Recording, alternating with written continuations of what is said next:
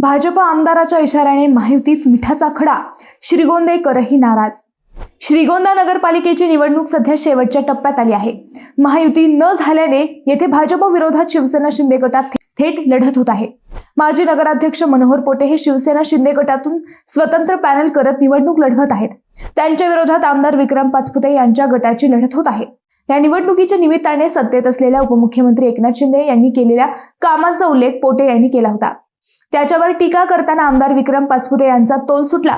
सत्तेच्या गाडीत कोण बसलाय व कुणाच्या हातात स्टेअरिंग आहे हे पाहण्यापेक्षा गाडी कुणाच्या मालकीची आहे हे पहा, असं आमदार पाचपुते म्हणाले। म्हणजे सत्ता ही फक्त भाजपच्या मालकीची आहे। शिवसेना शिंदे गट व राष्ट्रवादीच्या अजित पवार गटाला फक्त सत्तेच्या गाडीत घेतले।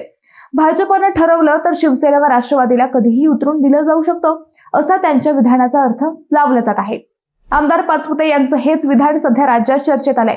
आमदार पाचपुते यांच्या विधानानंतर महायुतीत तेढ निर्माण होऊ शकतो, असंही राजकीय विश्लेषकांचं म्हणणं आहे।